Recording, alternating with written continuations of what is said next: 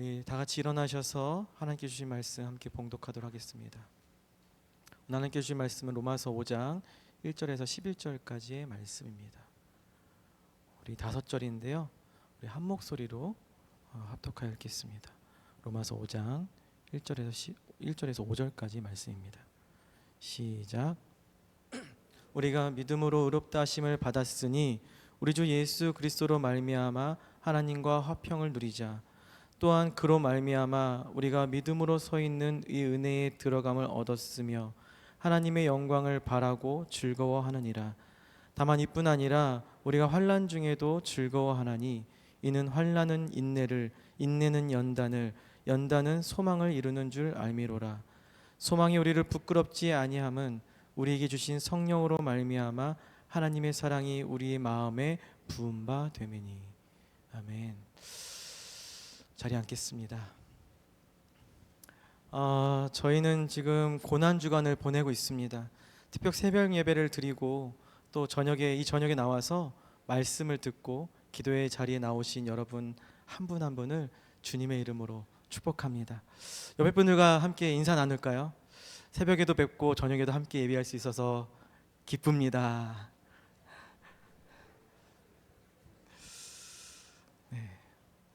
저희가 이 고난주간 특별 새벽 예배를 드리고 또 저녁에 나와서 또 예배를 드리고 또 내일 이른 아침에 새벽 예배를 드리러 또 나옵니다. 우리가 이처럼 특별한 시간을 보내는 이유는 무엇입니까? 예수님께서 고난 받으셨으니 나도 특별히 일주일간 잠을 줄이고 또 어떤 분들은 밤을 새가며 나오셨는데 이렇게 이 시간을 보내는 것은 스스로 작은 고난의 시간을 자초하여 보내기 위함일까요? 우리가 사실 특별이라는 이름을 붙였지만 우리가 예수님의 십자가의 사랑 그 은혜로 말미암아 구원의 선물을 받았습니다. 구원의 은혜는 우리가 어떠한 특별한 이유가 있어서 주신 것이 아닙니다. 뭔가 특별한 구원받을 만한 어떠한 것이 우리에게 있어서도 아닙니다. 그러나 주님께서는 우리에게 아무런 조건 없이 어떠한 특별함 때문이 아닌 그저 우리를 너무나 사랑하셔서 죽기까지 순종하시고 구원의 은혜를 베풀어 주셨습니다.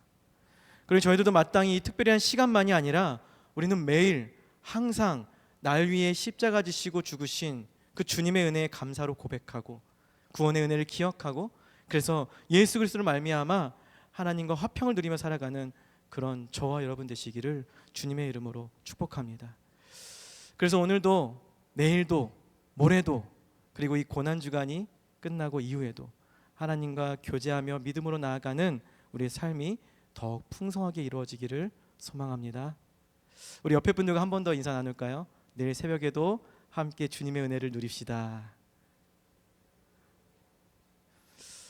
네, 오늘 로마서 말씀 나누려고 합니다. 로마서의 핵심 주제 중 하나는 이신칭의 믿음으로 의롭다함을 받는다는 것입니다. 여기서의 의는 율법의 행함에 근거가 되는 의가 아니라 다른 의. 그러니까 이 의는 예수 그리스도를 믿음으로 말미암아 민족과 성별과 나이와 신분과 계층, 이 시대를 불문하고 믿는 모든 자들에게 주신 선물이라는 것입니다. 그런데 이 로마서의 배경을 보면 로마 교회 안에는 이방인 그리스도인들과 유대인 그리스도인들이 속해 있었는데 이들이 복음 안에서 하나가 되지 못하고 갈등이 빈번하게 일어났습니다. 그중 주요한 갈등의 내용 중 하나가 바로 바울이 전하는 복음과 연관이 되어 있었습니다. 바울이 전하는 복음의 내용은 율법의 행위가 아니라 그리스도에 대한 믿음만으로 하나님의 진정한 백성이 될 수 있다는 선포였습니다. 그런데 유대인들에게는 선민의식이 있었습니다. 선민의식을 가지고 있죠. 그들만 하나님께 특흠받은 특별한 그런 거룩한 민족이라는 것이죠. 그들은 창세기 17장 14절에 할례를 받지 아니한 남자 곧 그 포피를 베지 아니한 자는 백성 중에서 끊어지리니 그가 내 언약을 배반하였음이니라 라는 이 말씀에 근거하여서 아브라함의 온전한 자손이 되려면 반드시 할례와 율법 역시 수용해야 한다는 주장을 하였습니다. 그러나 바울은 아브라함의 선례를 들어 아브라함이 할례를 받기 전에 이미 의롭다함을 받았으며 약속을 받은 것도 믿음에 근거한 것이다 라고 선포합니다. 그리고 창세기 15장 6절에 아브라함이 여호와를 믿으니 여호와께서 이를 그의 의로 여기시고. 이 말씀의 근거로 하나님께서 아브라함을 믿음으로 의롭게 여기신 것, 이것이 창세기 17장의 할례를 받은 이야기보다 시간적으로 훨씬 이전인 것을 이야기합니다.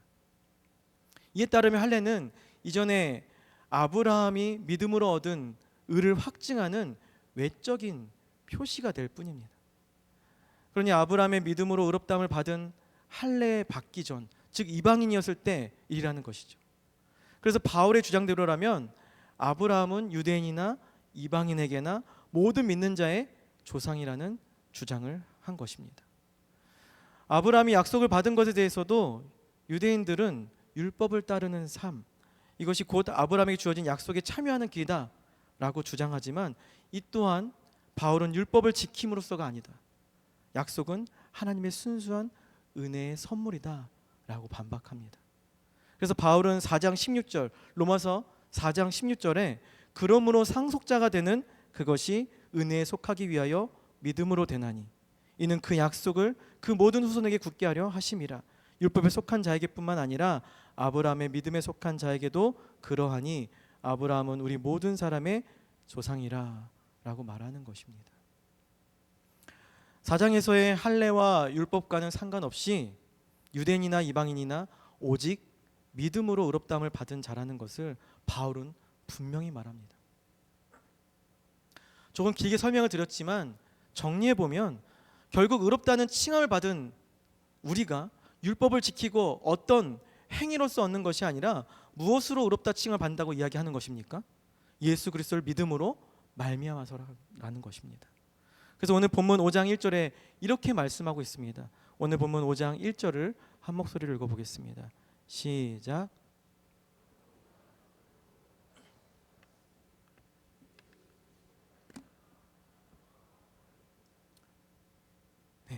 앞서 내용들을 정리하는 그러므로라는 이 접속사는 우리가 오직 믿음으로만 의롭다함을 받았음을 확증합니다. 이 의는 어떤 특별한 행위, 율법으로서가 아니라 앞에서 말씀드렸던 내용을 다시 반복해서 말씀드리면 예수 그리스도를 믿음으로 말미암아 민족과 성별과 나이와 신분과 계층, 시대를 불문하고 믿는 모든 자들에게 주어진 선물로 주어졌다는 것입니다. 중요한 것은 이 믿음도 우리가 1차 원인이 되어서 내가 믿음을 가지고 주도적으로 받아들인 믿음이 아닙니다. 에베소서 2장 8절의 말씀을 보면 너희는 그 은혜에 의하여 믿음으로 말미암아 구원을 받았으니 이것은 너에게서 난 것이 아니요 하나님의 선물이라 라고 말씀합니다. 예수님의 완전하신 순종, 예수님의 의와 거룩함, 그 예수 그리스도의 말미암아서이지 우리에게는 어떠한 것도 없습니다. 전적인 하나님의 선물, 예수님의 한량없는 은혜입니다. 그 다음에 우리는 내가 수고하고 노력하고 어떠한 특별함 때문이 아닌 전적인 예수 그리스도의 의로 말미암아 구원의 선물을 받았습니다. 그 의롭다함을 받은 우리, 구원의 선물을 받은 그리스도의 삶은 어떠한가? 구원받은 자들이 누리는 삶에 대한 내용을 오늘 함께 나눠보고자 합니다. 먼저 1절의 말씀을 다시 보시면 우리 주 예수 그리스도를 말미암아 하나님과 화평을 누리자라고 말씀합니다. 첫 번째로 예수 그리스도를 말미암아 의롭다함을 받은 자의 삶은 하나님과 화평을 누리는 삶입니다. 우리가 일반적으로 사람과의 관계에 평화를 누리기 위한 조건이 있다면 무엇이 있습니까? 사람과의 관계 안에서 화평을 누리기 위한 조건, 좋은 관계를 맺고 소통하고 친밀하게 또 서로 다르지 않은 마음, 이러한 때에 화평의 관계를 누릴 수 있죠. 그런데 화평의 관계를 이룰 수 없는 경우도 있습니다. 어떨 때 화평의 이 관계를 이룰 수 없습니까? 의견이 대립되고 소통이 되지 않고 서로가 너무 다를 때 평화의 관계는 깨질 수밖에 없습니다. 그런데 하나님과 인간의 관계가 그러했습니다. 거룩하신 하나님과 죄를 짓는 인간 사이에 극복할 수 없는 불화가 일어났습니다. 인간이 하나님 앞에 나아갈 어떠한 방법도 극복할 수 있는 어떠한 것도 없는 단절, 막힌 담이 생긴 것입니다. 그런데 이 극복할 수 없는 불화, 단절을 예수 그리스도께서 죽으심으로 회복시켜 주셨습니다. 이에 대해 바울이 에베소서 2장 14절에 이렇게 말씀합니다. 에베소서 2장 14절 말씀인데요. 우리 함께 읽어보겠습니다. 시작.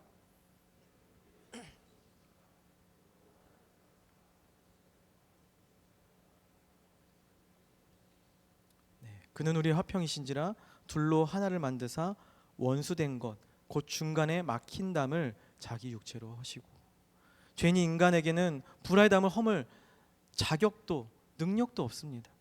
하나님께 나아갈 유일한 방법은 그 담을 허물어 주실 예수 그리스도 한 분뿐입니다. 예수님의 완전하신 순종, 십자가의 은혜, 그 은혜 아니면 우리는 어느 누구도 하나님과 화평을 이루는 삶을 누릴 수가 없습니다.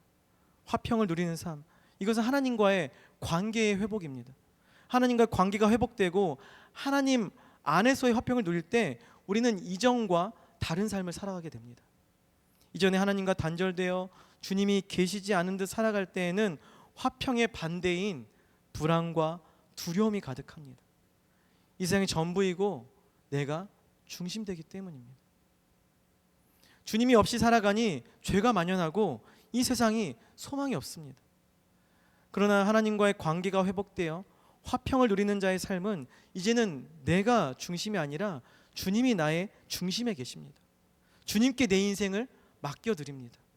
평화의 왕이신 주님이 나와 함께 하시기에 주님으로 말미암아 나도 세상 속에서 화평을 이루는 삶을 살아갑니다. 사랑하는 여러분, 구원받은 그리스도인의 삶은 내가 내 힘으로 평화를 만들어내는 삶이 아니라 이미 예수님께서 완성하신 하나님과의 화평을 누리는 삶이라는 것을 여러분 기억하시기 바랍니다. 우리를 가로막았던 죄의 담은 무너졌습니다. 이제 더 이상 하나님은 두려운 심판주가 아니라 우리를 품으시는 평화의 아버지가 되십니다. 세상이 주는 조건적인 평안에 일희일비하는 삶이 아니라 나를 위해서 십자가의 화평의 제물이 되신 예수 그리스도를 믿고 의지할 때 우리 마음의 중심에는 세상이 줄 수 없는 하나님의 평강이 시작될 줄 믿습니다. 그 평화를 누리며 화평케 하는 자의 삶을 살아가는 저와 여러분 되시기를 주님의 이름으로 축원합니다. 두 번째로 예수 그리스도로 말미암아 의롭다함을 받은 자의 삶은 은혜에 들어감을 얻는 삶입니다. 2절 말씀 우리 함께 읽어보겠습니다. 우리 2절 말씀 읽어보겠습니다. 시작. 또한 그로 말미암아 우리가 믿음으로 서 있는 이 은혜에 들어감을 얻었으며 하나님의 영광을 바라고 즐거워하느니라. 아멘. 하나님과 화평을 누리는 그리스도인들은 예수님을 통해서 믿음으로 서 있는 이 은혜에 들어감도 얻었다라고 말씀합니다. 들어감을 얻었다는 것은 이전에는 들어갈 수 없었다는 것이죠. 그런 예수 그리스도를 말미암아 이제는 하나님의 보좌 앞에 나아갈 수 있게 되었다는 것입니다. 하나님과 화평을 누리는 자에게 주어지는 출입증이 주어졌기 때문입니다. 우리를 위해 죽으시고 부활하신 예수 그리스도를 통해 아무런 장애나 어떠한 방해 없이 은혜의 영역, 하나님의 지성소로 곧장 들어가 하나님과 친밀한 교제를 누릴 수 있는 특별한 은혜가 주어진 것입니다. 예전에 한 목사님의 설교 예화가 생각나는데요. 유일하게 이 목사님의 목양실에 마음대로 들락날락하고 냉장고에 있는 음식들을 마음껏 먹고 마실 수 있는 유일한 사람 누구일까요? 네? 사모님이요? 자녀, 네, 뭐 사모님일 수도 있겠지만, 네, 자녀이죠, 자녀입니다. 다른 사역자나 성도들이 마음껏 들락날락 거릴 수는 없겠죠. 제가 예전에 심했던 교회의 담임 목사님과 너무나 친하게 지내서 한번 이제 목양실에 노크를 하고 이렇게 들어가니까 이제는 목양실 들어올 때 노크하지 말고 들어와. 뭐 노크하고 들어와. 그냥 들어와. 들락날락해. 이렇게 얘기하시는 거예요. 그런데 정말 제가 그 다음부터 그냥 노크 안 하고 막 벌컥벌컥 들어가고 막 제 마음대로 냉장고에 있는 거 막 먹고 마시고 그랬다면 어땠을까요? 그냥 이것이 친분의 어떤 표현인 거지 정말 제가 친해졌다고 해서 아무렇지 않게 들락날락거리고 마음대로 했다면 아마 좀 이상한 좀 분위기가 되지 않았을까 그런 생각이 듭니다. 자녀만이 누릴 수 있는, 그건 목사님의 자녀만이 누릴 수 있는 어떤 은혜의 영역까지라고 말하긴 그렇지만 특별한 영역인 거죠. 누릴 수 있는 특별한 은혜입니다. 어떠한 수고와 누력이 있어서 누릴 수 있는 것이 아니라 아버지와 자녀의 관계이기 때문에 누릴 수 있는 특별함입니다. 그런데 의롭다함을 받은 그리스도인이 누리는 은혜 자리도 이와 같습니다. 이전에는 원수가 되었으나 이제는 하나님과의 관계가 회복되어지고 하나님의 자녀로서 그 신분이 변화되었습니다. 우리가 아무런 장애 없이 은혜의 영역으로 하나님의 지성소로 곧장 들어가 하나님과 친밀한 교제를 누리며 하나님과의 무조건적인 사랑과 복을 마음껏 향유할 수 있게 된 것은 오직 예수 그리스도로 말미암아서입니다. 은혜의 영역으로 들어감은 값없이 공로 없이 주시는 하나님의 은혜입니다. 일한 자가 받은 삭은 은혜로 여기지 않고 보수로 여기겠지만 이를 안 한 자가 받은 삭은 은혜일 수밖에 없습니다. 오늘 우리가 이 자리에 예배 드리는 것 또한 하나님의 은혜입니다. 저와 여러분 중에 특별한 공로가 있어서 이 자리에 앉아 있다거나 그렇지 못하였기 때문에 저 옆에 나올 수 없다고 변명할 사람은 없습니다. 오늘 이 자리에 은혜를 받으시려면 오늘 새벽 예배에 나오셨어야 했습니다. 이런 어떤 특별한 출입증이 있어야 됩니다. 이런 것이 아니죠. 어떤 우리의 오늘 하루 가운데 우리의 선함, 우리 자녀됨을 어떻게 드러내서 그것이 확증돼서 보여져서 그것으로 인해서 우리가 이 자리에 있는 것이 아니죠. 그런 것 상관없이 하나님께서는 우리에게 이 은혜 자리로 불러주셨습니다. 내가 매일 누리는 은혜의 공급도 나의 수고에서 오는 것이 아니라 나를 복주시기 위해서 은혜로 선택하신 하나님으로부터입니다. 내가 봉사하고 헌신하고 사역해서 아무리 훌륭한 성취를 이룰지라도 그것은 하나님이 나를 통해서 은혜롭게 역사하시기 때문에 오는 것입니다. 오늘 예배 자리에 설교자 때문에 은혜 받는 것이 아니라 하나님께서 은혜로 역사하시기 때문에 이 자리가 은혜의 자리가, 은혜 받는 자리가 되는 것입니다. 근데 이 모든 것이 나의 수고, 내가 이룬 것, 이러한 것을 주장하게 되면 이것이 변질되고 주님의 은혜를 잃어버리게 되는 것입니다. 우리 모두는 모든 차원에서 예수 그리스도께서 나를 위해 주신 복의 영역, 그 내에서 삶을 살아갑니다. 찬송가 305장 나 같은 죄인 살리시네, 이 찬양의 가사를 보면 첫 소절은 하나님의 놀라운 은혜가 나 같은 죄인을 구하셨음을 찬양합니다. 그리고 그 동일한 놀라운 은혜가 나의 온 삶을 뒷받침해 주시고 마지막 소절에 찬양하듯이 이 은혜가 나를 지금까지 안전하게 인도하셨고 이 은혜가 나를 본향까지 인도하신다라고 고백되어집니다. 놀라우신 주님의 은혜, 예수 그리스도를 말미암은 그 놀라우신 은혜로 말미암아 죄에서 자유를, 사망에서 생명을, 죄인에서 자녀됨의 신분을 얻었습니다. 그렇기 때문에 우리는 영원하신 하나님 나라를 바라보며 기뻐하며 자랑하며 지금의 때를 그 은혜로서 살아갈 수 있음을 고백하며 나아갈 수 있는 것입니다. 우리가 누리는 모든 것이 주님의 은혜입니다. 모든 것이 예수 그리스도 안에 주어진 것임을 믿고 감사로 고백하며 나아가는 저와 여러분 되시길 주님의 이름으로 축원합니다. 세 번째로 예수 그리스도를 말미암아 의롭다함을 받은 자의 삶은 환난 중에도 즐거워하는 삶입니다. 우리는 예수 그리스도를 믿는 믿음으로 말미암아 의롭다함을 받았습니다. 그 의롭다함으로 말미암아 얻은 복을 누리며 살아갑니다. 그런데 그렇다고 하여서 그리스도인이 이 세상에서 아무 어려움 없이 살아간다는 것은 아닙니다. 오늘 본문 3절과 4절의 말씀 보면 이렇게 말씀합니다. 우리 3절과 4절 말씀 함께 읽어보겠습니다. 우리 3절 4절 읽겠습니다. 시작.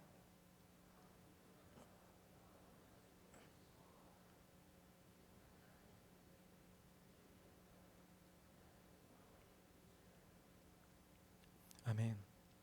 그리스도로 말미암는 참된 평화와 은혜를 누리는 삶을 살아간다 할지라도 그것이 더 이상 삶의 자리에서 아무 염려가 없고 문제가 없음을 의미하지 않습니다.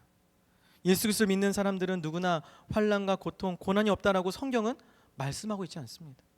예수님께서도 제자들에게 세상에서 환난을 당할 것이라고 말씀하셨습니다. 바울도 마찬가지로 하나님 나라에 들어가려면 많은 환난을 겪어야 할 것이다 라고 말하였습니다. 오늘 본문에서는 환난이 있으나 그 환난 중에도 즐거워한다고 말합니다. 어떻게 환난이 즐거울 수가 있습니까? 어떻게 환난을 기뻐하고 자랑할 수 있습니까? 더글라스 무라는 신학자는 이렇게 이야기합니다. 우리는 고난 중에서도 기뻐해야지 고난 속에서 기뻐해서는 안 된다, 이렇게 말하였습니다. 고난 속에서 기뻐하는 것은 정말 이상한 것입니다. 물질의 어려움을 당하고 질병으로 고통받고 현재 내가 처한 고난과 고통 속에 있는 사람들에게 고난 속에서 기뻐하십시오 라고 한다면 공감이 되지 않는 말이죠. 또한 그 말을 하는 사람 또한 공감력이 없다라고 볼 수 있습니다. 그렇다면 환난 속에서가 아니라 환난 중에도 즐거워할 수 있는 이유가 무엇일까요? 우리가 환난과 고통 중에도 더 하나님을 바라볼 수 있게 되고 그 시간을 온전히 하나님과 함께 걸을 수 있다면 그것은 환난을 통해 얻는 유익이 아닐까요? 한 목사님이 사모님이 암투병을 하실 때 쓰신 책이 있습니다. 질병을 낭비하지 마세요 라는 책을 쓰셨는데 그 책의 마지막 부분에 이런 글이 쓰여 있습니다. 중병에 걸리면 인생의 가치관이 바뀌는 것을 경험합니다. 신앙생활도 바뀝니다. 빨리만 가려고 했던, 높이만 올라가려고 했던 생각이 바뀝니다. 우리가 하나님의 자녀라면 하나님과 함께 가는 것이 가장 중요합니다. 하나님은 질병을 통해 나의 길을 멈추셨습니다. 질병을 통해 우리의 속도를 조절하셨습니다. 질병은 주님이 나와 같이 가자고 하시는 음성입니다. 우리는 주님과 함께 가면 됩니다. 그것이 답입니다. 저는 이것이 환난 속에서 기뻐할 수 없지만 환난 중에도 즐거워할 수 있는 이유가 아닐까 생각합니다. 누구나 고통스러운 경험을 갖지 않기를 바라고 살아가면서 안전하고 평안하게 살아가고 싶어 합니다. 하나님과 그의 일에 대한 열심을 다하고 기독교적 가치를 따라가기보다 인생에서 안정과 위로를 추구하려는 경향이 누구에게나 있습니다.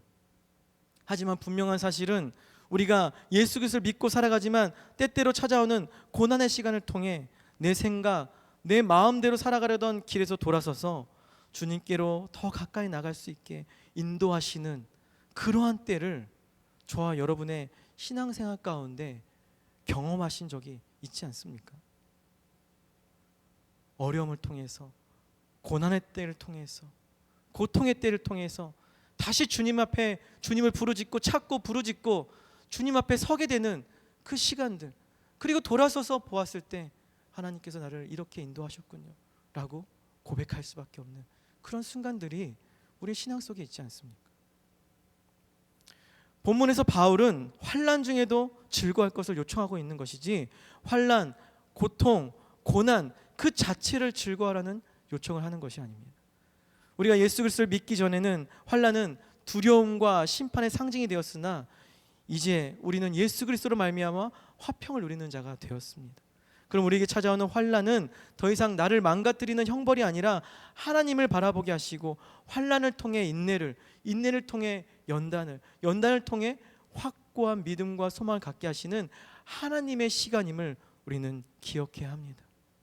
환난은 우리의 믿음과 소망을 강하게 하고 확고하게 만드는 하나님의 훈련의 시간입니다. 이 훈련의 시간을 통하여 주님과 함께 걷는 훈련이 되어질 때 환난 중에도 우리의 믿음이 흔들리지 않고 선하신 하나님의 계획 아래 즐거이 주님과 함께 걷는 동행하는 은혜가 임할 줄 믿습니다. 마지막 5절 함께 읽겠습니다. 우리 5절 말씀 함께 읽겠습니다. 시작. 주신 성령으로 말미암아 하나님의 사랑이 우리 마음에 부은 바 됨이니. 아멘. 세번역 성경에는 이 희망은 우리를 절대 실망시키지 않습니다 라고 번역하였습니다. 하나님께서 환난을 통해 인내를 통해 연단케 하셔서 우리를 하여금 예비된 미래의 영광을 바라보게 하십니다. 그리고 그 희망은 절대 우리를 실망시키지 않으신다라고 말씀합니다. 하나님께 우리에게 바라보게 하시는 그 소망은 헛된 공상이나 환상 같은 것이 아닙니다. 믿음의 자녀들이 가지는 하나님 나라의 소망은 하나님의 확고부동한 사랑에 근거합니다. 그리고 이 소망은 우리에게 주신 성령으로 말미암아 하나님의 사랑이 우리에게 폭포처럼 부어지기 때문에, 그리고 십자가에서 확증된 그 사랑이 우리에게 붙들고 있기에 소망이 결코 우리를 실망시키지 않을 것입니다. 하나님께서는 결코 우리를 실망시키지 않으시고 하나님의 사랑은 결코 우리를 포기하지 않으시고 저와 여러분을 끝까지 인도하신다는 사실을 여러분 믿으시기 바랍니다.